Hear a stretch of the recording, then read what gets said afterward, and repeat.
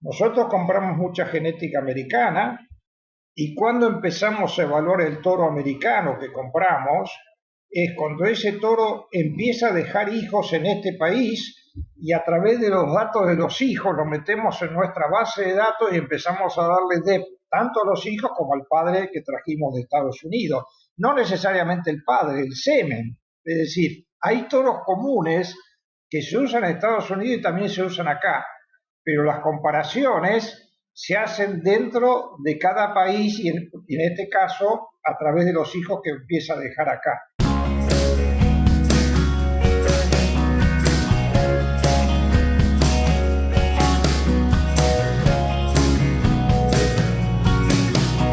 Buenas tardes, mi nombre es Mauro Venturini y en este nuevo episodio de Carnecast tenemos un invitado muy especial. Con nosotros está el doctor Horacio Guitú de la Asociación Angus Argentina, quien es el responsable de las pruebas de evaluación genética. Horacio, un gusto tenerlo en Carnecast. Buenas tardes y bienvenido. Buenas tardes, Mauro. Lo mismo digo, un gusto hablar con vos y intercambiar un poco de información de lo que estamos haciendo en evaluación genética y algunos temas particulares que vos me mencionaste. Bueno, Horacio, como hacemos siempre, la primera pregunta es sobre su background y su trayectoria. Tenemos conocimiento de sus estudios en el país y sus posgrados en el exterior y después el desempeño que tuvo tanto trabajando en INTA como después en la parte privada y particularmente en la Asociación Angus en lo relacionado a mediciones genéticas, pero me gustaría que con sus palabras nos instruyera un poco de cómo fue este proceso. Bueno, básicamente yo me recibí de ingeniero agrónomo en la UBA, después fui becado a través de Naciones Unidas, Estados Unidos, estuve 5 años en Iowa State University y ahí usé el máster y obtuve el doctorado en genética animal.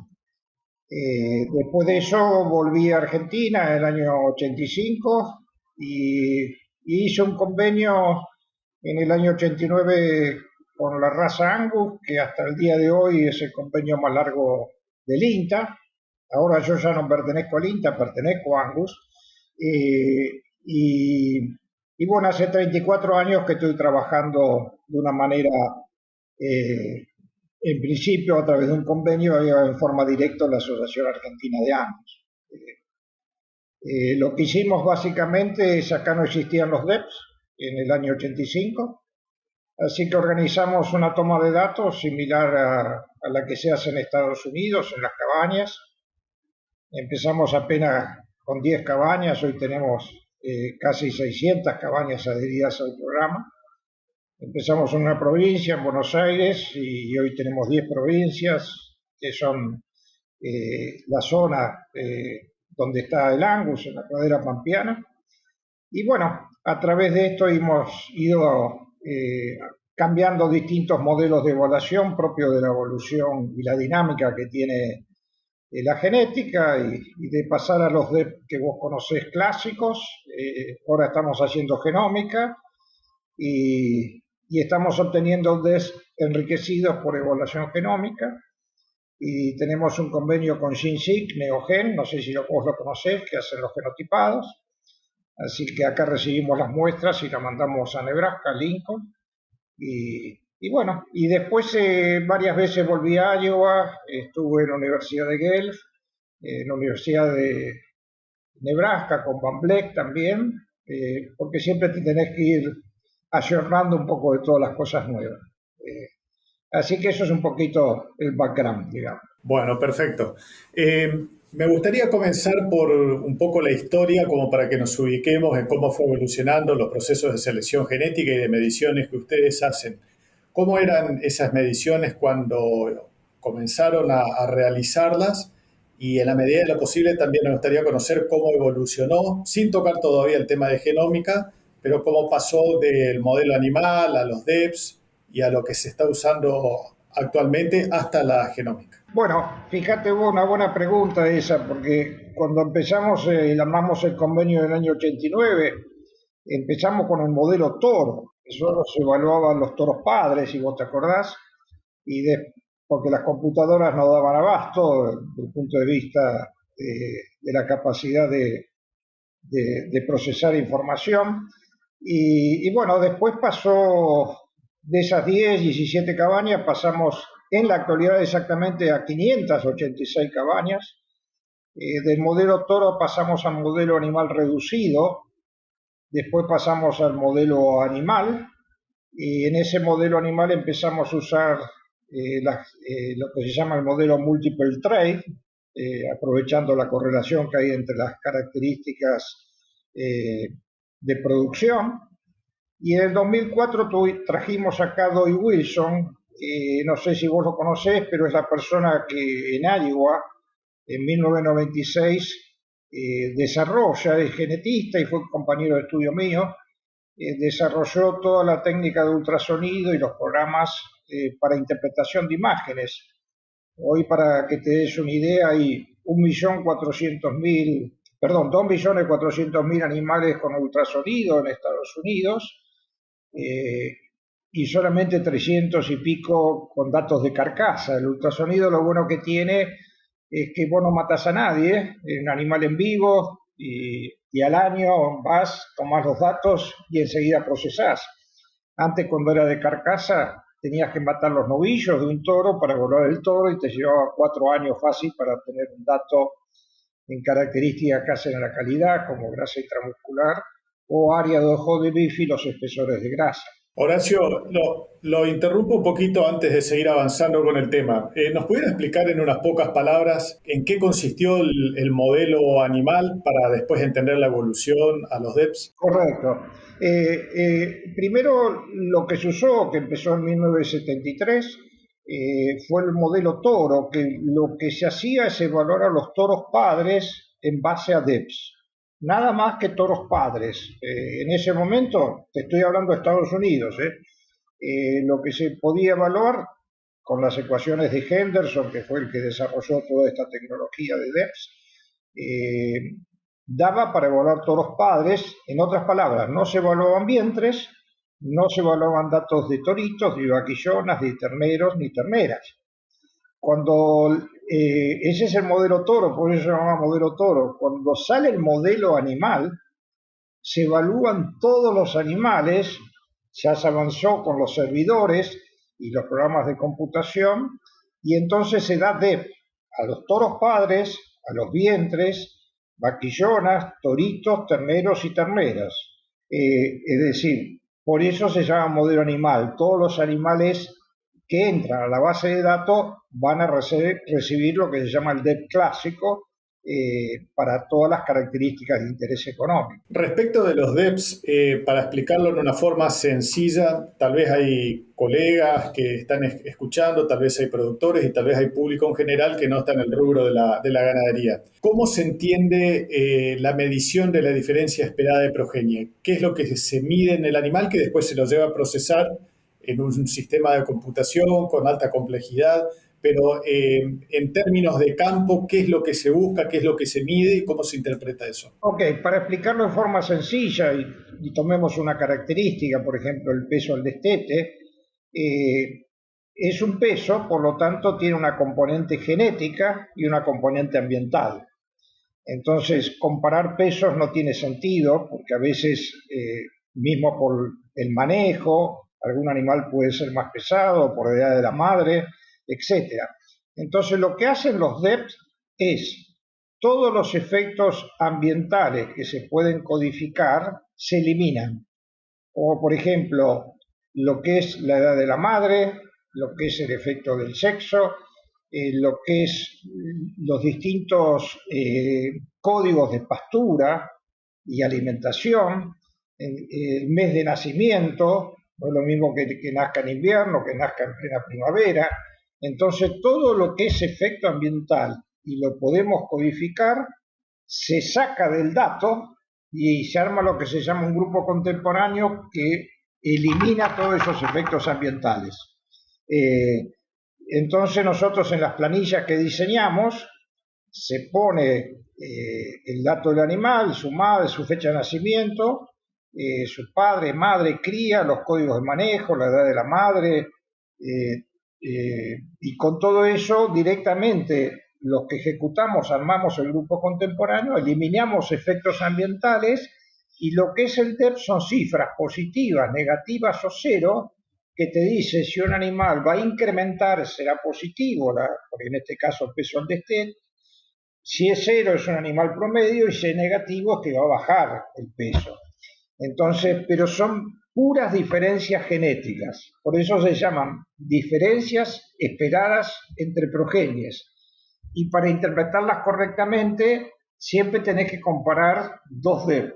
Tenés dos toros y comparás, si haces la resta de los DEP, te dice cuánto más o cuánto menos va a aportar ese toro a las futuras progenies. A ver si lo entendemos. Entonces yo puedo comparar un toro que fue medido en la Patagonia y un toro que fue medido en el norte del país, porque todas esas influencias ambientales fueron separadas de los datos que están evaluando. Bueno, a ver, en el caso de nosotros tenemos animales que están en una zona patagónica, que hay unos pocos angus ahí, entonces está codificado la localidad y la cabaña. Entonces esos son efectos ambientales, también están en los grupos contemporáneos, entonces todos esos efectos también los eliminamos.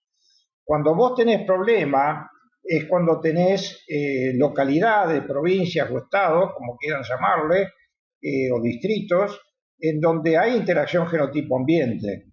Entonces eso complica la situación porque lo que uno busca es que realmente no se vean afectados por un efecto de interacción genotipo-ambiente. Entonces actualmente la raza Angus tiene, digamos, su nicho de producción en las regiones, digamos, de lo que es la pradera pampeana, que abarca más o menos 10 provincias, ¿no? Esa es la idea. La otra pregunta buena es, ¿cómo hacemos para conectar los datos de estas regiones, de estos estados? Básicamente lo que sirve para hacer las conexiones de esos datos es las genealogías, es decir, hoy prácticamente con inseminación artificial, todos estos animales que nacen en distintos lugares, hay toros comunes que se llaman toros de referencia, y en realidad no usamos los toros de referencia, pero sí usamos inseminación artificial y a través de inseminación artificial conectamos las bases de datos de los distintos lugares, estados o provincias y hacemos los ajustes. Entonces el uso de la inseminación artificial, tanto acá como en Estados Unidos, lo que ha permitido es conectar las bases de datos muy bien. Bueno, esa pregunta la tenía pensada para más adelante, avancemos con la charla, pero ya la hago ahora. ¿Quiere decir que se pueden comparar datos de los toros argentinos respecto de los americanos o de cualquier otra parte del mundo? No, eso es otra cosa. Porque, por ejemplo, vos no podés comparar un DEP que se calculó acá en Argentina de un toro padre, eso supone es más 20 para peso al destete, y un más 20 en Estados Unidos no significa que dos toros más 20 son iguales. ¿Por qué? Porque la base de datos que usa el American Angus es una base de datos muy grande. Para que te des una idea, Estados Unidos tiene más o menos 10 millones de pesos al destete, es la asociación más grande en bovinos para carne. Entonces todo es comparable dentro de la base de datos de un país, no entre países, ¿tá? Entonces, porque nosotros tenemos nuestra base, nuestro promedio general, y de ahí se hacen los ajustes y se hacen las comparaciones. Es decir, no son comparables. Ahora, ¿qué pasa?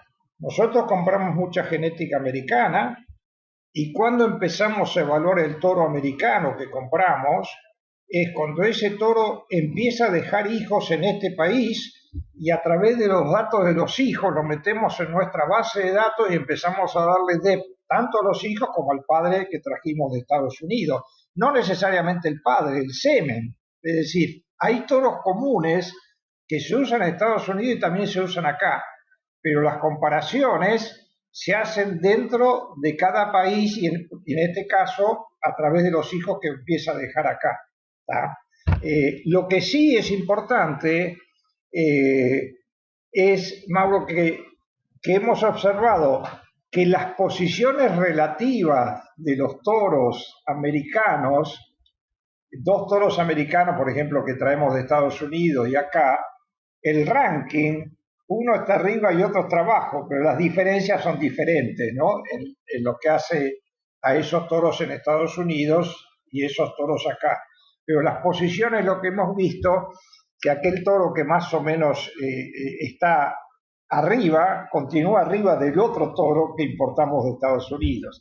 Pero los valores absolutos son distintos. Sí, sí, claro, porque las poblaciones son diferentes. Ahora, el dato que acaba de comentarnos a mí me parece de suma importancia práctica para la gente que usa semen importado, sobre todo, porque hay que tener cuidado si los datos de DEPS que leyeron no son del país propio donde va a utilizar ese semen, tal vez la información que están interpretando es errónea. Por eso lo hecho de que esos animales fueron probados con contemporáneos de otra población por ejemplo, peso al nacer, no es lo mismo el frame de una vaca americana respecto de una vaca de Argentina. Entonces, puede llegar a errores de interpretación. Claro, vos fíjate que esa es una muy buena observación, de decir, cuando la gente de acá va y compra semen de allá, o mismo los centros representantes del Centro de Inseminación de Estados Unidos que venden semen acá. Para que te des una idea, nuestro frame está más o menos entre 3 y 6, no más de eso. En Estados Unidos el frame es mayor. Entonces, vos cuando vas a usar un toro padre, buscás que sea un toro padre que sea acorde al plantel de hembra que vos vas a usar, de tal manera de sincronizar. Ya no es un problema de parto, sino es un problema que vos ponés un toro que es muy grande con un plantel de vientre que es muy chico. Entonces vos usás vos buscas toros que sean acorde al plantel de vientre que vos tenés. Entonces nosotros, por ejemplo, y también el sistema de producción. Nosotros tenemos sistemas de producción que son diferentes a Estados Unidos. Acá avanzó mucho el feedlot, pero tenemos toda la parte de cría, viste, que se hace en las zonas de cría, de la cuenca del Salado, esas zonas de menor producción de forraje. Entonces lo que hay que sincronizar siempre es tamaño, sistema de producción y también mercado. Porque una cosa es si vos lo vas a usar para el mercado interno, que con 400 kilos del novillo está bien para el mercado interno argentino, pero otra cosa es si vos vas a usarlo para exportación, que te exigen mayores pesos, como Cuota Hilton y otros mercados, viste, que realmente quieren una media res más pesada, ¿no? Entonces, siempre hay que sincronizar. En otras palabras, una cosa que nunca hicimos, Mauro, acá, es hacer ranking de toros. Nosotros evaluamos toros. La función de la Asociación Argentina de Angus es evaluar los toros padres, todas las demás categorías, vientres, vaquillonas, terneros, pero nunca ponemos cuál es el mayor en peso al destete o ranqueamos peso final, etcétera, porque para eso lo que ponemos, vos sabés que los DEP han acompañado una medida de precisión, de acuerdo a la cantidad de información que usaste para calcular los DEP, y lo que ponemos son los percentiles, que te indica que ese toro está en el 10% superior, pero nunca decimos tal toro es el mejor. Entonces, será mejor para ciertos sistemas de producción, pero vos no podés poner la misma genética en Pergamino, que vos conocés, que sos de Santa Fe, creo, ¿no, Mauro? Y en Bahía Blanca. Entonces, tiene que ser acorde al sistema de producción y a los planteles que tenés. Y los percentiles te dicen, bueno, dónde están los extremos, y para ciertas características, como peso en nacer, vos querés animales más bien en vaquillona, negativas, para no tener problemas de parto. Entonces ahí los percentiles así ayudan mucho para manejar correctamente los DER, ¿no? Así que eso es importante. Mencionó recién una palabra que también se ve en los catálogos y me gustaría si puede explicarlo un poquito, que es el tema de la precisión, que normalmente aparece debajo de los DEPs, entonces uno le da menos importancia y muchos omiten leerlo, pero es de suma importancia tenerlo en cuenta. Es sumamente correcto eso, porque el DEP no hay que medirlo en forma aislada, sino que hay que ver el DEP y la precisión. Entonces, la precisión lo que te da va de 0 a 1, tanto acá como en Estados Unidos. A medida que la precisión va tendiendo a 1, es que el animal usó más cantidad de información, más cantidad de progenie, más cantidad de datos de parientes, y esa precisión va subiendo a medida que va teniendo más información. Y eso es lo que te indica que a medida que esa precisión se va acercando a 1, es que usaste más cantidad de información, e implica que ese animal, entre una evaluación y la siguiente, va a moverse menos, y eso se hace una tabla que es de cambio posible, que habrás visto, que te indica, de acuerdo a la precisión que tiene el toro. Vos podés tener dos toros que para peso al destete es 15 kilos los dos, pero uno tiene una precisión de 0,25 y otra de 0,85. Eso es lo que te está indicando que los dos valores de DEP son iguales, pero las precisiones son distintas. Si vos entrás a la tabla de cambio posible que nosotros generamos, te va a decir cuánto se puede mover en la próxima corrida el toro de 0,25 con respecto al toro de 0,85.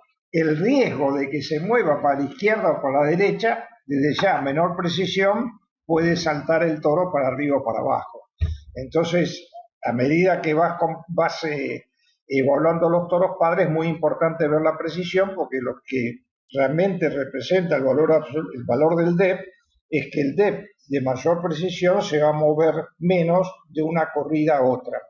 Para que te des una idea, Estados Unidos hace una evaluación por semana, es decir, mueve toda la base una vez por semana y van entrando nuevos animales. Así que de esa manera se van moviendo los animales o se van consolidando hacia el verdadero valor genético que nosotros predecimos por los DEP, ¿no es cierto? Claro, ese es otro concepto que está muy bueno que quede en claro, porque tanto entonces los DEPs como la precisión no son fijos, sino que pues, son dinámicos y con cada evaluación pueden ir mejorando o empeorando. En general, la precisión yo creo que siempre va a ser superior sobre cada evaluación. Lo que le iba a preguntar respecto de esto, ya que mencionó la frecuencia con la que lo hace Estados Unidos, en Argentina y en particular en la Asociación de Angus, ¿con qué frecuencia se hacen las mediciones? Mensual. Nosotros lo hacemos mensual. Y lo hacemos mensual, fíjate vos que nosotros tenemos la siguiente situación. Nosotros, y si me permitís, le agrego la parte de datos genómicos. Es decir, nosotros podemos evaluar los animales por los datos de pesadas, medidas, ecografías, etcétera, de forma directa sobre el animal o sus hijos. Y esos son lo que se llaman datos fenotípicos, le sacamos el ambiente y nos quedan los dos clásicos. ¿Qué ha pasado a partir del año 2009-2010? Es que ahora podemos sacar el bulbo piloso, viste, de la cola, y en el bulbo hay ADN, o lo puedes sacar de sangre si querés, o de tejido de la oreja, y lo mandás a genotipar. El animal nace y vos ya le podés sacar una muestra de ADN, y nosotros esas muestras de ADN las mandamos a Neogen, que está en Nebraska, que es GeneSeq, digamos, es su nombre anterior. Ahora se llama la empresa Neogen. Y eso, vos fíjate, recibimos acá las muestras de nuestros criadores y las mandamos semanalmente a Lincoln, Nebraska. Y ese proceso entre que va y que viene nos lleva prácticamente un mes al recibir después el genotipado. La pregunta es, ¿qué es el genotipado? Es básicamente que en el genotipado es como que tenés el ADN y hay ciertos marcadores moleculares ubicados en ciertas posiciones específicas del ADN que están asociados a características de interés económico según cómo está el marcador, de la manera favorable o la manera desfavorable. Entonces, y son varios marcadores. Nosotros genotipamos 75.000 SNP, 75.000 marcadores, algunos de ellos asociados a ciertas características, otros a otras características. Entonces, eso nos demora que si alguien nos mandó datos para genotipar, el regreso del genotipado nos llega acá al mes y ahí juntamos los datos fenotípicos que seguimos tomando y siempre hay que seguir tomando, y ahora te voy a explicar después por qué, y los genotipados.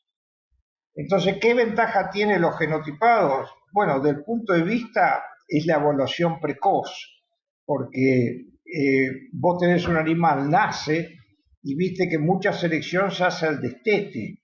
Entonces ya, lo bueno es que cuando haces el genotipado, obtenés los DEP de todas las características de ultrasonido, peso final, cuando el animal recién nació. Entonces te permite hacer una selección precoz y hacer un descarte en base a la evaluación genómica. Entonces ese es un gran aporte que tiene la evaluación genómica. Y otro aporte que tiene los animales que son nacidos por FIV, ¿viste? Por fertilización in vitro, actualmente el American Angus y nosotros también los estamos eliminando de la base porque la fertilización in vitro te causa problemas en peso al nacer. No, más que nada es un problema de la técnica al fertilizar in vitro, y animales que quizás genéticamente tienen un peso al nacer por la técnica, te dan un peso al nacer mayor o más bajo. Entonces, ¿qué hacemos? Tanto Estados Unidos, los animales con fertilización in vitro los manda a genotipar. El peso al nacer propio no se usa, porque está afectado no solo el peso al nacer, sino también algo el peso al destete por la técnica FIP de fertilización in vitro.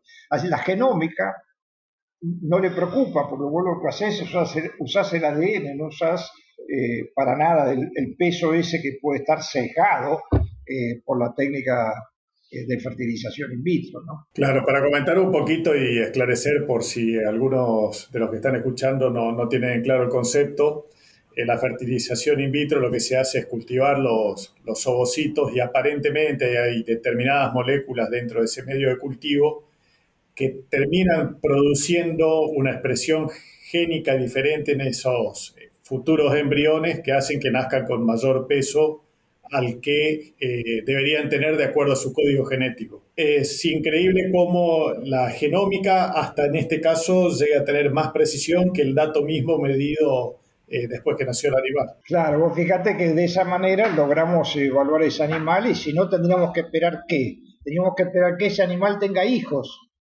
para a través de los datos de los hijos evaluar el animal, porque su propia performance no la podemos usar. O sea que están ganando entre 1 año y medio y 3 años más o menos en la recolección de información. Increíble. Y otra cosa buena es que con la evaluación genómica, acá en Argentina los toritos, los remates comúnmente de toritos, se hacen a los 18 meses, y las vaquillonas también, y vienen los distintos productores comerciales a comprar.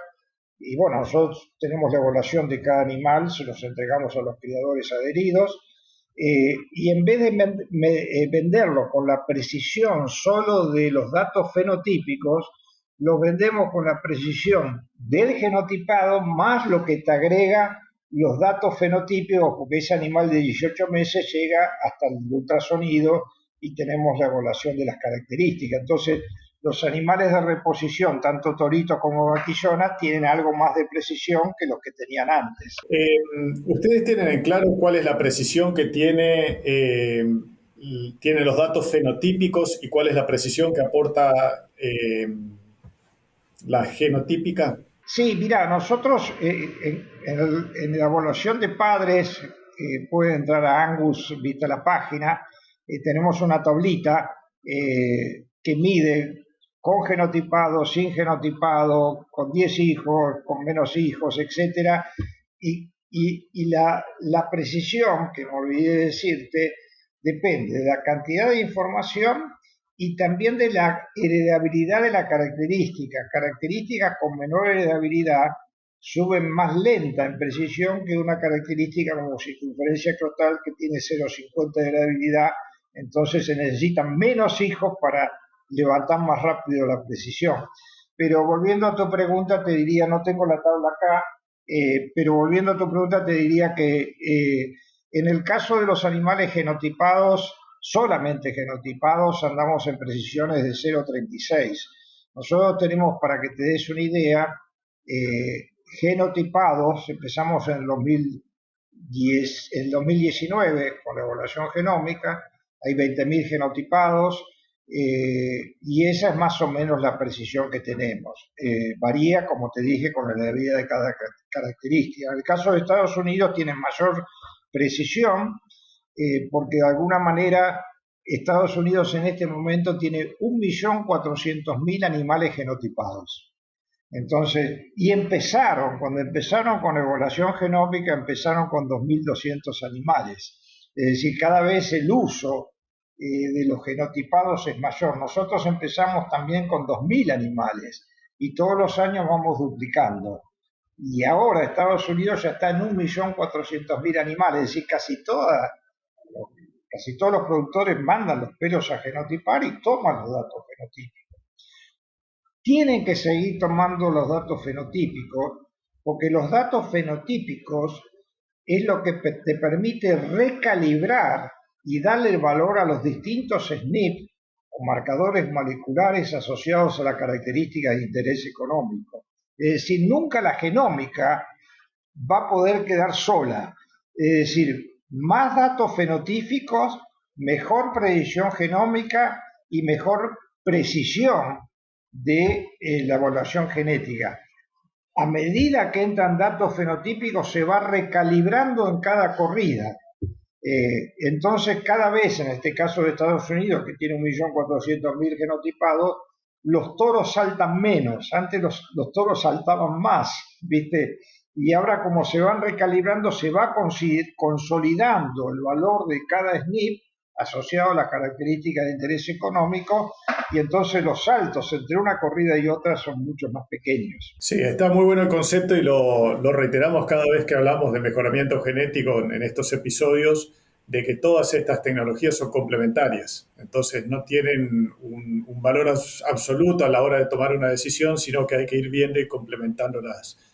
Eh, Horacio, como quedamos antes de coordinar la grabación de este episodio, vamos a hacer 2 episodios en realidad porque tenemos muchos temas de los que hablar, pero como se nos está yendo el tiempo, me gustaría saber, fuera de la parte técnica y considerando de que la Asociación Angus Argentina es probablemente la más importante en cuanto a razas de carne y seguramente la que le sigue a las razas más importantes de leche, porque en la incorporación de tecnología la industria de la leche va un poco adelantada respecto de la carne, no solo en Argentina, sino en otros países del mundo también. Pero me gustaría conocer la opinión respecto de la raza Angus propiamente dicha. La pregunta sería, ¿por qué siendo una raza británica, hoy la mayoría de los avances genéticos, tecnológicos, y de hecho se ve reflejado en que gran parte del componente genético de Angus Argentina hoy viene desde Estados Unidos? ¿Por qué avanzó mucho más Estados Unidos que Escocia e Inglaterra, que eran los lugares originarios de esas razas? Bueno, básicamente tuve la oportunidad de estar en el Congreso Mundial que se hizo en Escocia. De Angus hace cada 2 años en distintos países. Y por ejemplo, cada vez en Europa van quedando menos cantidad de bovinos para carne.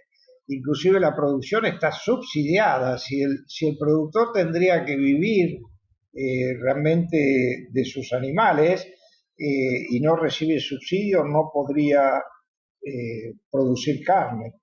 Entonces es una situación diferente. En el caso de Estados Unidos, el avance que ha tenido es muy grande, porque Estados Unidos ha bajado la cantidad de vientres en los últimos años y mantuvo la producción de carne a nivel nacional. Ese es un dato importantísimo. Es decir, quiere decir que lo que está ganando es en tasa de extracción, es decir, tiene animales, mayor eficiencia, mayor fertilidad, buena precocidad de crecimiento, y sobre todo en lo que hace a calidad, Estados Unidos tiene muy buen marbling. Vos sabés que el sistema de certificación de ellos va por el rendimiento y de la carne y a su vez la calidad de la carne. En base a eso, los frigoríficos pagan. Y una de las cosas que más pagan es lo que es la categoría Prime, que es de rendimiento 1 y grasa intramuscular de mayor cantidad.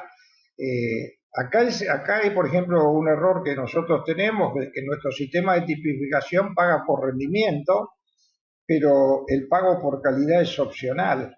Entonces, en ese sentido, en grasa intramuscular nosotros no hemos incrementado mucho. Vos sabés que es una carne muy buena, muy gustosa, de buen sabor, pero hoy los mercados internacionales te piden mucha grasa intramuscular, especialmente lo que es el mercado asiático o japonés.